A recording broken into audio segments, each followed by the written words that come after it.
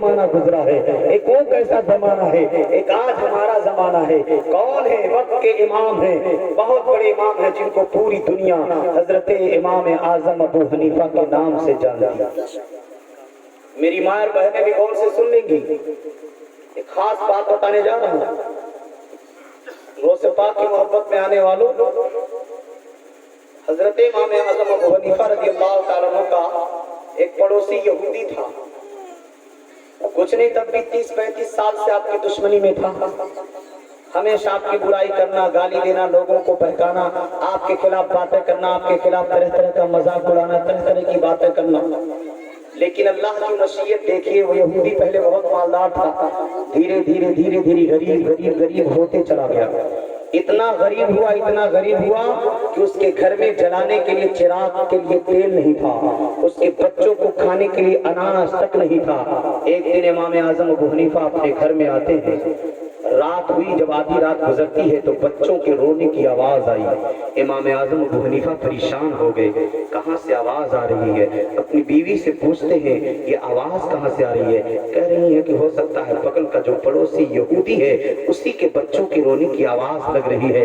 امام اعظم اپنے بستر سے اٹھ گئے، اپنے گھر سے باہر نکلے، گئے دیکھے حقیقت میں پڑوسی کے گھر سے آواز آ رہی، بچے رو رہے ہیں۔ آپ اس کے دروازے پہ گئے، دروازہ کھٹکھٹائے، اور کھٹکھٹانے کے بعد آواز آتی ہے اندر سے، کون؟ کہا میں نعمان ابن ثابت ہوں۔ اب یہودی اپنا دروازہ کھولا، چہرہ دیکھا، گھبرا گیا کہ آج 30 سال سے جس کو میں اپنا دشمن سمجھتا تھا، جس کو گالی دیتا تھا، جس کی برائی کرتا تھا، جس کے شان میں نازیبہ کلمات پکا کرتا تھا، آج وہ مجھے پوچھنے کے لیے آ گیا۔ وہ یہودی کہتا جی کہیے کیا بات ہے؟ کہا میں نے سنا آپ کے بچے رو رہے ہیں، آپ کے بچے بلک رہے ہیں۔ کہا ہاں میرے بچے رو رہے ہیں۔ کیوں رو رہے ہیں؟ کہا 2 وجہ ہے، میرے بچے اندھیرے سے بہت ڈرتے ہیں، میرے گھر میں اندھیرا ہے۔ کہا کیوں؟ گھر میں چراغ نہیں ہے؟ کیا تمہارے گھر میں چراغ نہیں ہے؟ تو بتانے والے نے کہا میرے گھر میں چراغ تو ہے لیکن تیل نہیں ہے، میں اتنا غریب ہو چکا ہوں، میں اپنے گھر میں چراغ تک نہیں جلا سکتا، اپنے گھر میں اجالا نہیں کر سکتا۔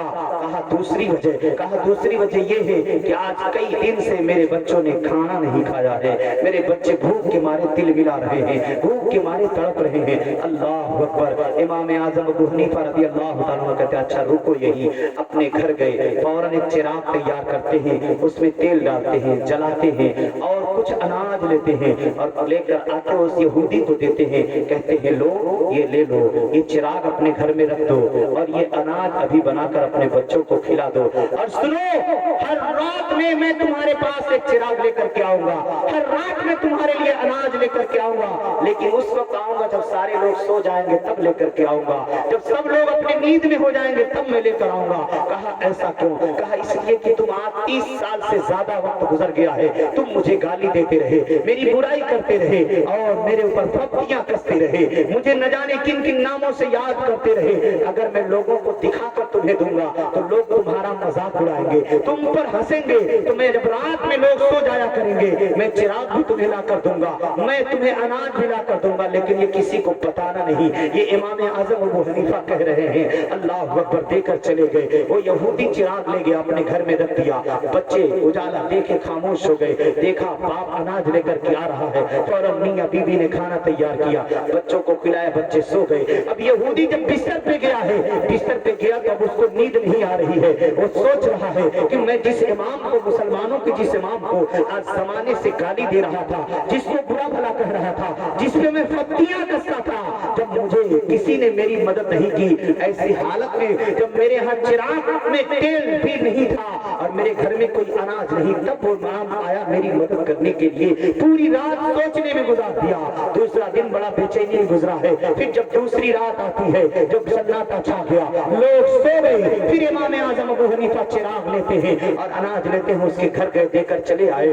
اب اسی طرح 2 دن گزر گئے، پھر تیسری رات آتی ہے، تیسری رات، آدھی رات میں امام اعظم ابو حنیفہ لے کر گئے چراغ اور اناج لے جا کر دیتے ہیں۔ وہ یہودی کہتا ہے مسلمانوں کے امام رک جاؤ، آپ سے کچھ بات ہے۔ اب آدھی رات ہے، آدھی رات میں روک دیا، اس یہودی نے کہا رک جائیے یہیں پہ، آپ سے کچھ پوچھنا ہے، آپ سے کچھ باتیں ہیں۔ امام اعظم سمجھ گئے آخر یہ کرنا کیا چاہ رہا ہے، آدھی رات ہے، سناٹا چھایا ہوا ہے۔ وہ یہودی چلانے لگا ہے لوگوں میرے دروازے پہ حاضر ہو جاؤ، اے لوگوں میرے دروازے پہ حاضر ہو جاؤ۔ اب 12 بجے رات میں جب